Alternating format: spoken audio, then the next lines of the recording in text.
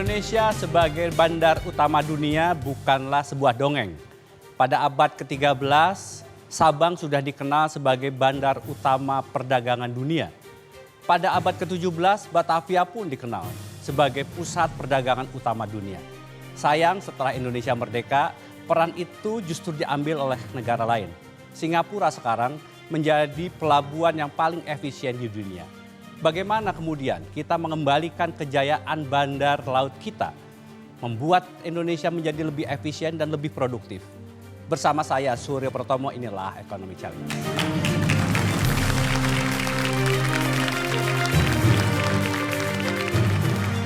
Seperti biasa, malam hari ini saya ditemani oleh rekan saya Leonard Samosir.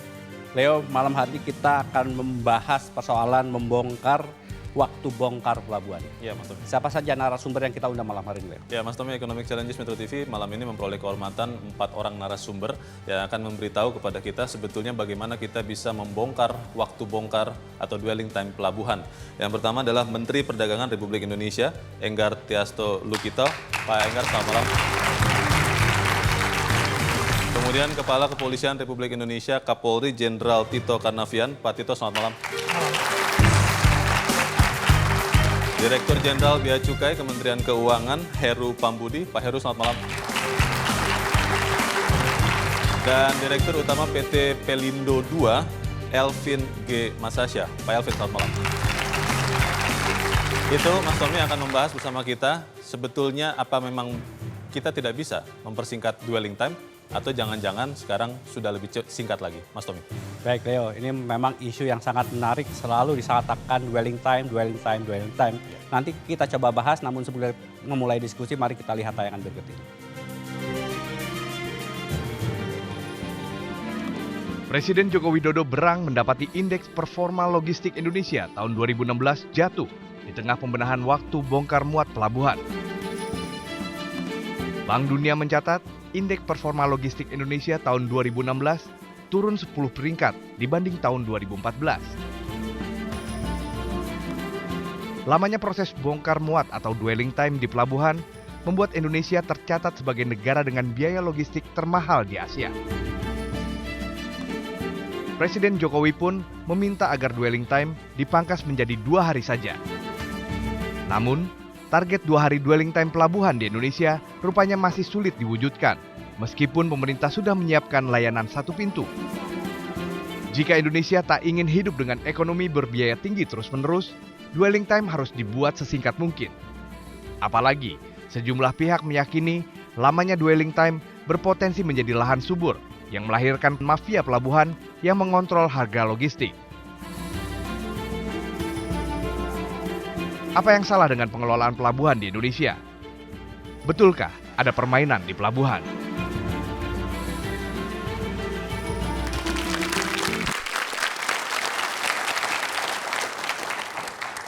Leo, salah satu tempat yang paling sering dikunjungi Presiden Jokowi adalah Pelabuhan Tanjung Priok. Ya. Apa sebetulnya persoalan dwelling time yang dikeluhkan oleh Presiden, datanya yang kita miliki sekarang? Ya, Mas Tommy dan pemirsa, saya punya data di sini yang memperlihatkan sebetulnya kenapa masalah waktu bongkar atau dwelling time itu menjadi sangat penting. Kalau kita melihat data yang kami peroleh dari Bank Dunia berikut ini adalah indeks kinerja logistik dari Indonesia dari tahun ke tahun. Kalau kita lihat di 2007 indeks kinerja logistik Indonesia masih di urutan ke-43, itu sempat melorot drastis di tahun 2010 menjadi urutan ke-75, dan 2016 ini ada di peringkat 63. Ini dari sekitar 113 negara yang di peringkat. Kalau kita melihat sebetulnya apa yang membuat salah satunya membuat kinerjanya menjadi lambat, kita melihat bagaimana indeks kinerja logistik dari Bank Dunia untuk berdasarkan waktu. Kita melihat di tahun 2007 untuk membongkar barang di pelabuhan Indonesia sekitar 58 indeksnya peringkat dunianya, sementara sekarang di tahun 2016 peringkat Indonesia ada di 62 dari 113 negara yang di peringkat. Dari sekian komponen yang dimasukkan di dalam indeks kinerja logistik, sebetulnya ada beberapa poin yang membaik dibandingkan tahun 2014-2016. Kita melihat bagaimana pengiriman internasional naik tipis dari 74 peringkat 74 menjadi peringkat 71. Kemudian kita juga melihat bagaimana pelacakan atau tracking and tracing dari 58 menjadi 51 di tahun 2016. Tetapi kalau kita melihat mulai dari bea cukai, skor LPI, kemudian juga infrastruktur, kemudian juga waktu bongkar atau timeliness, kita melihat melorot dari tahun 2014 hingga 2016. Data berikut membandingkan Indonesia dengan negara-negara ASEAN, data ini kami peroleh dari Bank Dunia, bagaimana indeks kinerja logistik tahun 2016, Indonesia lebih baik sedikit dibandingkan Vietnam. Indonesia di peringkat 63, Vietnam di peringkat 64. Kita tidak usah bandingkan dengan Singapura yang ada di peringkat 5 dan Malaysia ada di peringkat 32, Thailand di peringkat 45. Kita melihat waktu dwelling time di Asia. Indonesia menurut data yang kami peroleh dari Kata Data 5,5 hari rata-rata. Thailand 5 hari, Singapura 2 hari, kita lihat 1 hari ini adalah Hong Kong dan kurang dari 1 hari adalah di Jepang. Kita melihat sebetulnya berapa banyak kontainer yang masuk ke pelabuhan di Indonesia. Data yang kami peroleh dari Bank Dunia memperlihatkan bahwa tahun lalu kontainer yang masuk ke Indonesia ternyata hanya sekitar 8,2 juta kontainer dibandingkan Vietnam yang 9,5 juta, sementara Singapura 34 juta kontainer dan Malaysia 22 juta kontainer. Belum terlalu banyak. Kita melihat biaya logistik tahun 2016 di Indonesia dari PDB adalah 24%, sementara Malaysia 13% dan Thailand 16% dari PDB. Kita melihat data berikut bagaimana biaya untuk impor Indonesia $646 per kontainer, Thailand kita lebih baik daripada Thailand, tetapi kita kalah dibandingkan Singapura, Malaysia, dan Vietnam. Kita melihat juga bagaimana biaya untuk ekspor terjadi hal yang mirip, Indonesia hanya sedikit lebih baik daripada Thailand dan Vietnam. Kalau kita melihat rincian biaya logistik terhadap biaya penjualan, untuk transport dan handling kargo adalah sekitar 40%, sementara untuk gudang 17% dan inventory adalah 26%. Kita melihat data berikut, sebetulnya yang mana yang membuat lama proses bongkar muat di Pelabuhan Tanjung Priok. Ini data kami peroleh dari Kata Data. Ternyata 60% dari waktu bongkar muat ada di kelembagaan, ada sekitar 16 sebelum bea cukai atau pre-custom clearance. Di bea cukai itu menyumbangkan sekitar 18% dari waktu bongkar atau dwelling time, sementara post custom atau setelah bea cukai, pengiriman dan segala macam itu sekitar 22%.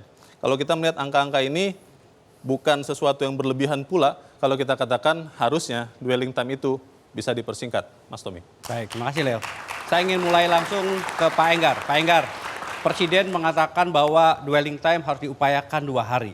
Yang dimaksud dwelling time oleh Presiden itu barang turun dari kapal kemudian keluar atau melewati yang tadi digambarkan prosedur ke bea cukai? Sebenarnya pengertiannya dwelling time adalah barang bongkar dari situ ke depan. Ya. Itulah dwelling time. Itu yang dalam kategorisasi seperti itu. Sedangkan sebelumnya itu proses perizinan. Barang itu harus dulu dapatkan izin, baru dia berangkat. Nah, ini ada beberapa yang mereka izin itu mereka proses setelah barang berangkat, yang harusnya tidak. Memang itu tidak semua seperti itu. Jadi yang diinginkan oleh Presiden itu adalah proses dari bongkar kapal kemudian dari bongkar keluar kapal pelabuhan. Nah sekarang sudah berapa Pak? Sudah sangat membaik. Untuk di Priok, untuk di Pelindo 2 ini, khususnya di Priok, sudah jauh lebih baik dibandingkan pada waktu awal. Jadi memang data itu menunjukkan pada waktu yang lalu, pada waktu kunjungan yang pertama Bapak Presiden, dan memang hal ini sangat tidak efisien. Tetapi kecenderungannya sekarang sudah menjadi lebih baik, tetapi belum mencapai apa yang diperintahkan oleh Bapak Presiden. Kalau ingin mencapai target seperti yang diharapkan oleh Presiden, sebetulnya faktor apa yang harus menjadi perhatian? Kita sekarang dalam salah satu paket kebijakan yang telah ditelurkan, kita sudah memiliki PLB, Pusat Logistik Berikat. Dan kita bersama-sama dengan Pak Dirjen Bea Cukai, kita akan mendorong itu semua untuk begitu bongkar langsung kirim ke PLB. Baik. Karena itu juga sangat membantu bagi para pengusaha, karena itu belum dikenakan bea sampai dengan nanti dia dikeluar dari gudang itu sendiri. Jadi banyak hal yang sangat diuntungkan dengan adanya PLB ini. Baik, Pak Heru, sebetulnya kalau kita melihat proses yang terjadi sekarang ini, setahu saya bea cukai sejak lama sudah membuat jalur hijau, jalur merah. Apa sih sebetulnya membuat jalur yang sudah begitu efisien itu kemudian tidak bisa dilaksanakan secara baik dalam prakteknya? Terima kasih. Kalau kita lihat statistik bea cukai yang kita ambil satu contoh di Tanjung Priok ya. Untuk yang custom clearance, artinya porsinya bea cukai, itu sekarang itu 0,47 hari. Sehingga kalau kita sekarang itu, seingat saya minggu kemarin itu, dwelling time untuk Tanjung Priok sudah turun menjadi 3,36 hari. Itu turun dari sekitar 5,7 pada saat Presiden pertama kali berkunjung ke Tanjung Priok. Nah dari situ menunjukkan bahwa sekitar angkanya mungkin kalau hitung-hitungan kami itu kurang dari 18% porsinya bea cukai. Dan jalur merahnya sekarang itu tinggal sekitar di Tanjung Priok ya, sekitar 5-6% saja. Sebenarnya dari sisi sini kita meyakini bahwa bea cukai sudah on the track sesuai dengan memang arahan-arahan daripada pimpinan. Jadi apa yang membuat masih lamban Pak Heru? Apakah infrastrukturnya, kalau kita lihat tadi orangnya, atau memang para importirnya? Kalau kita lihat tadi yang di statistik itu 60% kalau kita pakai angka yang di situ itu memang pre-customs clearance, yaitu adalah waktu yang dikonsum pada saat mereka menyiapkan barang, dokumen, kemudian baru kemudian mereka submit atau menyerahkan dokumen impornya kepada bea cukai. Itu mengkonsumsi 60% sendiri. Nah apa saja di dalamnya? Macam-macam. Mulai mereka yang tadinya sudah diperintahkan oleh Kementerian Perdagangan untuk sudah siap-siap mempunyai izin, mereka mungkin belum. Atau mereka mungkin masih menyiapkan dokumen-dokumen impornya segala macam. Ya ini yang harus kita squeeze, kita mampatkan sehingga paling tidak itu porsinya sama dengan yang push lah. Pembinaan itu ada di mana? Saya kira 18 KL. Enggak, ini 18 KL. Jadi yang pre clearance itu jadi customs clearance adalah responsibility kami, sedangkan yang pre ini miliknya 18 kementerian lembaga. Nah inilah yang mesti harus kita rundingkan sama-sama ini. Baik, nanti saya ingin tanya infrastruktur. Bagaimana sebetulnya kesiapan infrastruktur yang ada di Pelabuhan Tanjung Priok sebagai benchmark? Karena ini yang kita anggap sebagai pelabuhan terbesar di Indonesia saat ini. Tapi kita harus jeda terlebih dahulu, jangan kemana-mana, tetaplah di Ekonomi Service.